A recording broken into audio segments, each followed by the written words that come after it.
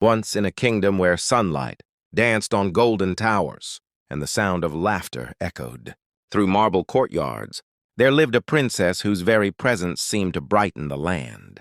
She was young, radiant, and full of dreams. Her eyes carried the spark of adventure.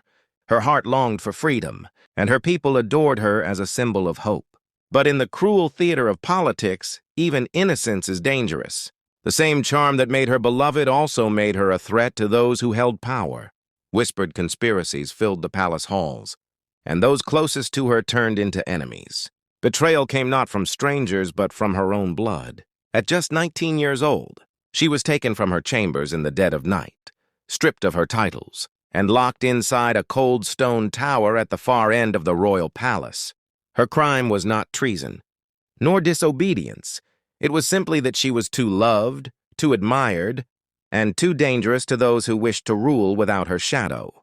The bars of her prison were thick, but the heaviest chains were invisible: the silence, the abandonment, and the knowledge that she had been erased from the world she once belonged to. The days bled into months, the months into years. At first, she would sing softly to herself, clinging to the voice that once filled banquet halls. But her songs grew quieter until they became whispers and eventually silence. Seasons changed beyond her window. She saw the snow fall and melt, the flowers bloom and wither, yet she remained unchanged in her fate. Birds sometimes perched on the bars of her window, chirping songs of freedom. She would whisper her secrets to them, confiding her longing for sunlight, laughter, and love. But even they grew tired and flew away, leaving her alone again with her memories. Her beauty, once spoken of across kingdoms, faded. Her hair grew dull, her skin pale, her eyes hollow. The princess who had once dreamed of walking, hand in hand through gardens, of roses now shuffled across a cold stone floor, counting her steps because there was nothing else left to count. The silence became her closest companion, the shadows her only audience. She was not just imprisoned by walls, but by time itself, a cruel thief stealing away her youth, her joy, her future. Perhaps the most painful wound was the absence of love.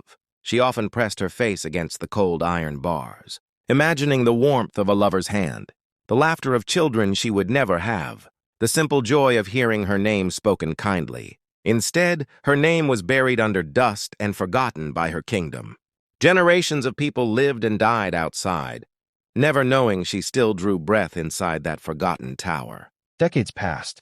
By the time death finally reached her, she was no longer the radiant princess who once inspired a nation, but a fragile shadow, skin clinging to bone, eyes that had long stopped dreaming. The guards who carried her lifeless body out of the cell whispered that they had never once seen her smile. She had been alive, yet not living, trapped in a prison of stone, silence, and stolen years. Her story became a quiet legend, retold in hushed voices, a reminder of how power can devour the innocent, how beauty fades in captivity, and how the cruelest prisons are not made of iron, but of forgotten time. She was not remembered for her crown or her bloodline, but for her sorrow, the princess who withered away in captivity, her entire life stolen by chains she never deserved.